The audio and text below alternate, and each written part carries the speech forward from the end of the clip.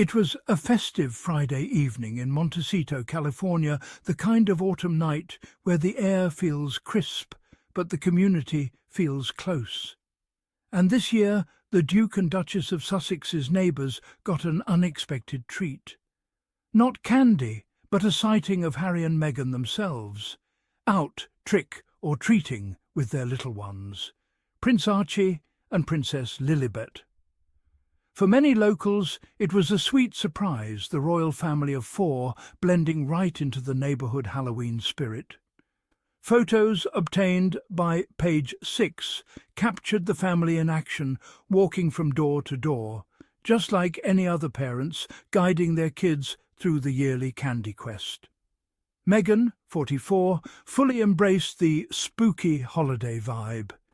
She wore a simple black shirt and sweatpants, effortlessly casual, but she added a fun twist, a rainbow butterfly cape that shimmered under the Montecito evening lights. It wasn't flashy, but it was playful, youthful, and just enough to say, yes, she's in the spirit. And Harry, the ever-relaxed dad, looked completely at ease. In a black polo shirt and jeans, he strolled beside his wife with the calm confidence of a man enjoying family time far away from palace protocol. The couple seemed content, smiling, laughing softly, and letting the kids take the lead. Archie, now 6 years old, was dressed adorably as an ant. Yes, an ant, not your typical superhero or ghost. But if there's one thing we know about Harry and Meghan, it's that they let their kids be creative and authentic. The choice speaks volumes. While other children might choose the latest Marvel character, Archie picked something from nature, something small but mighty, industrious and community-oriented. Perhaps it reflects the values his parents are instilling. Ants work together, they build, they support their colony. And as for Princess Lilibet, she was a glowing green firefly, fluttering down the street with her little trick-or-treat bag swinging in her hand. Again, that nature theme, but with magic. Fireflies light up summer evenings with their bioluminescent glow. For a 4-year-old named Lilibet, whose nickname means light, to dress as a creature that literally creates light feels almost poetic. It's a simple image, but a powerful one. 2 parents, 2 children, and an evening filled with laughter, candy, and the kind of joy that can't be choreographed. Harry was spotted carrying 2 bottles of a mystery drink, perhaps water, perhaps something more festive. Meanwhile, Meghan held a stemless wine glass, joining in what locals say is a Montecito Halloween tradition, where candy is for the kids and wine is for the adults. And isn't that just perfectly Californian? This casual detail tells us something about the community they've chosen. Montecito isn't just wealthy, it's relaxed wealth. The Halloween wine walk is emblematic of this culture, sophisticated but not stuffy, affluent but approachable. Neighbours describe the family as relaxed, friendly and low-key. They weren't surrounded by bodyguards or hidden behind tinted windows. They were simply there, another family enjoying one of the most beloved American traditions. For many royal watchers, this moment speaks volumes. It's not about the costumes or even the candy. It's about the life Harry and Meghan have built, one rooted in freedom, normalcy and family connection. To fully appreciate this moment, consider what Halloween would have looked like for Harry if he'd remained in the UK as a working royal. The British royal family doesn't traditionally celebrate Halloween in any public way. It's not part of the royal calendar. This is partly cultural. Halloween is far less significant in the UK than in the United States. But it's also about protocol. The working royals maintain formality, even in their private lives. The idea of Prince William and Catherine walking through their neighbourhood with wine glasses would be unthinkable. Harry and Meghan have traded that protocol for something else entirely. They've embraced American traditions wholesale. They're raising their children as Americans first, with British heritage as secondary. This Halloween outing represents that choice crystallised into a single evening. UK media attention and the magazines that cover them. Of course, this kind of outing didn't go unnoticed across the Atlantic. The UK media continues to scramble for access to the Sussexes, analysing every outing, outfit, neighbour anecdote and lifestyle move. Publications like Tatler ran a piece titled Trick or Treat. The Duke and Duchess of Sussex celebrate Halloween with Prince Archie and Princess Lilibet, which covered the Montecito outing in some detail. Other outlets, such as Hello magazine and Marie Claire UK, have published features about the couple's Halloween history, how the holiday holds special meaning for them, and about their California lifestyle more generally. For those who follow the couple closely, Halloween holds a special place in their love story. It was Halloween weekend in 2016 when their relationship became public knowledge.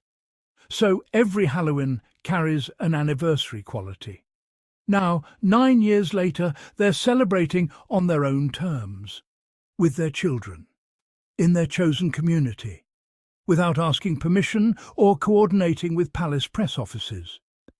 These pieces often emphasise how Harry and Meghan have traded royal formality for domestic ease, while simultaneously turning everyday moments into media-friendly stories.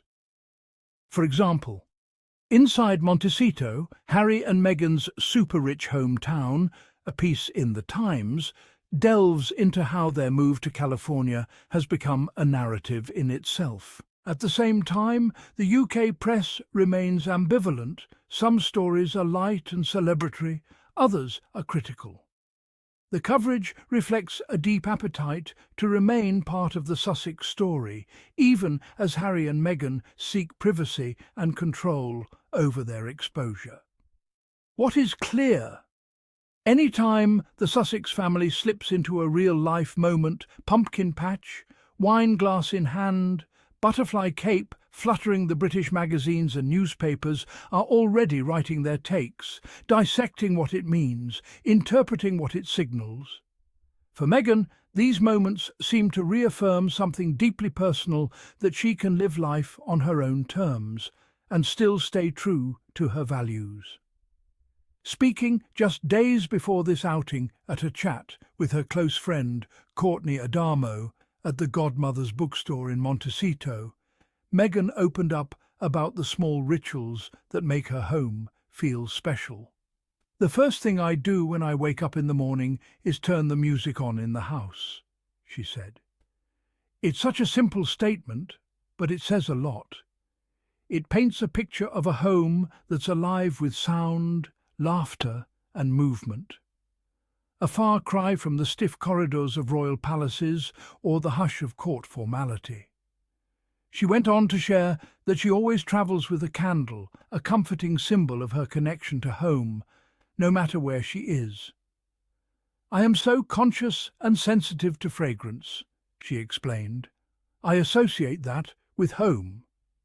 It's the kind of detail that fans of Meghan adore, her ability to connect warmth, scent and emotion into everyday life. This reveals Meghan's deeply sensory approach to life. For her, home isn't just a physical location, it's a feeling, an atmosphere, a collection of sensory experiences that ground her. Then came one of the sweetest parts of her chat, the rose and thorn ritual she practices with her family. It's a reflection technique, a way to get beyond the usual, "How was your day?" and instead ask, "What was your rose and what was your thorn?" The rose represents the best part of your day. The thorn represents the challenge or lesson learned. It's a framework that encourages honest reflection while maintaining a positive perspective. It encourages deeper connection, even for little ones. And Meghan shared proudly that Lilibet, who's just 4, has already caught on.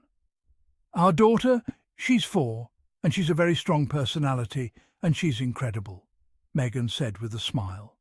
"And now she's in this moment where I say, 'What's your rose and your thorn?' And she goes, 'My day was just a blast.' That kind of answer says it all. It shows how the Sussex household is nurturing a sense of gratitude, reflection and self-expression, values Meghan and Harry have both championed publicly. This approach stands in stark contrast to traditional British upper-class child-rearing, which often emphasised emotional restraint. Harry himself has spoken about how he was encouraged to suppress his grief after his mother's death. By teaching Archie and Lilibet to identify and share their roses and thorns, Harry and Meghan are breaking generational cycles. Earlier this month, Meghan also shared never-before-seen photos of Lilibet to mark International Day of the Girl. The post, shared via Instagram on October 11th, carried a heartfelt message that reflected Meghan's lifelong advocacy for women and girls. "To all the girls, this world is yours," she wrote. "Do everything you can to protect your rights, use your voice, support each other. We will do the same for you." And then, in true Meghan fashion, she added, "It's your right and our responsibility." The post ended with a rallying cheer. "Go get 'em, girl! Happy International Day of the Girl." The image of the Sussexes walking down the Montecito streets on Halloween is almost cinematic in its simplicity, the butterfly cape fluttering beside him, 2 kids laughing ahead, and the calm joy that comes from being seen not as the Duke and Duchess, but as Harry and Meghan. There's something visually poetic about the scene. The golden California light at dusk. The tree-lined streets of one of America's most beautiful neighborhoods. A couple walking hand in hand while their children run ahead, giggling in their insect costumes. If you were shooting a film about freedom, about choosing happiness over duty, this would be your closing scene. And perhaps that's exactly the greatest treat of all. The greatest treat isn't the candy or the costumes. The greatest treat is the freedom to just be. To walk down the street without it being a royal engagement. To let your kids dress as bugs instead of princes. As Halloween 2025 fades into memory, one thing is certain: the Sussexes are writing a new kind of royal story. One that's authentic, grounded and full of love. They're proving that you can be a Duke and Duchess and still be deeply, beautifully ordinary. You can have titles and still push a stroller. You can be in the line of succession and still dress your kid as an ant. A story where the biggest treat isn't fame or fortune, but family. And isn't that what Harry has always wanted? Since he was a boy who lost his mother, who grew up in the spotlight, hasn't he always just wanted to be normal? To be a dad? To have a family? That's what these Halloween photos represent. Not rebellion, not rejection, but reclamation. Reclaiming the simple pleasures that most people take for granted. Reclaiming childhood for his own children. And in Montecito, on that crisp October evening, with butterflies and ants and fireflies and wine glasses and laughter echoing down the street, they did exactly that.